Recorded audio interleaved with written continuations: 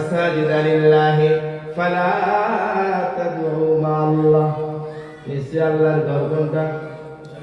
কথা বলেন কোনটা? এবার আল্লাহ বললেন ফালাহু মান ফিস সামাওয়াতি ওয়া মান ফিল আরদ। আল্লাহ বলে দিলেন শুধু মসজিদ আমার নয়, এই পৃথিবীর আসমান থেকে জমিন যা কিছু দেখো প্রত্যেকটা জিনিস আমি আল্লাহ সৃষ্টি করেছি।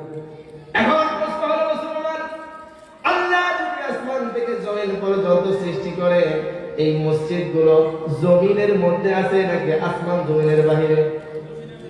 জমিনের মধ্যে। তাহলে আল্লাহ দুনিয়া সৃষ্টি করলেন, আবার পৃথকভাবে কেন মসজিদ আমার এটা কেন বললেন?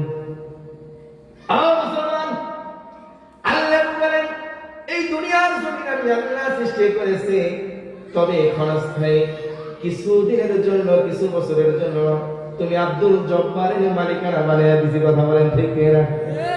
আমার 50 বছর 40 বছর 30 বছর রাজত্ব পাইয়া জমিনের মালিক হইয়া আল্লাহ বলেন তোমরা আমাকে বলে যাও, মনে রাখো দুনিয়ার মানুষ তোমাদের মতো হতভাগা পৃথিবীর বুকে আর কেউ হতে পারে না। কথা বলেন ঠিক না?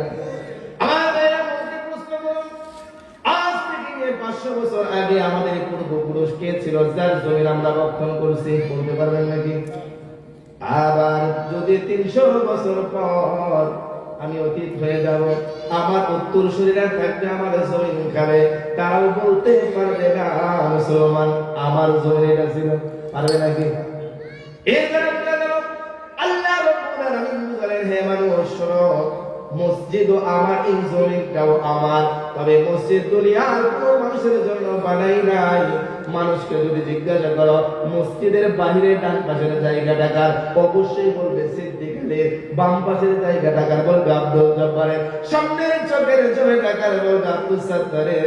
আল্লাহ বলেন সেটার মালিকানা আমি কিছু দিনের জন্য মানুষকে বানালাম, তবে মসজিদের ব্যাপারে যদি কোনো মানুষকে জিজ্ঞাসা করো এই মসজিদ কার, সমস্ত মানুষ বলবে এই মসজিদ আল্লাহর। কথা বলেন ঠিক না?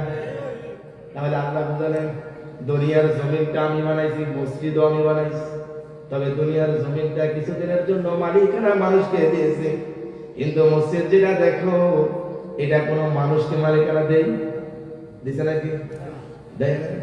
এবার বলেন হ্যাঁ আপনার উম্মতদেরকে বলে দিন, আপনার উম্মতের যারা এটা মনে করে আন্নাল মাসাজিদা লিল্লাহি ফালা তাদউ মাআল্লাহ, এই মসজিদটা আমার, সুতরাং আমার মসজিদের মধ্যে যারা আসবে রে তারাও আমার। কথা বলেন ঠিক না?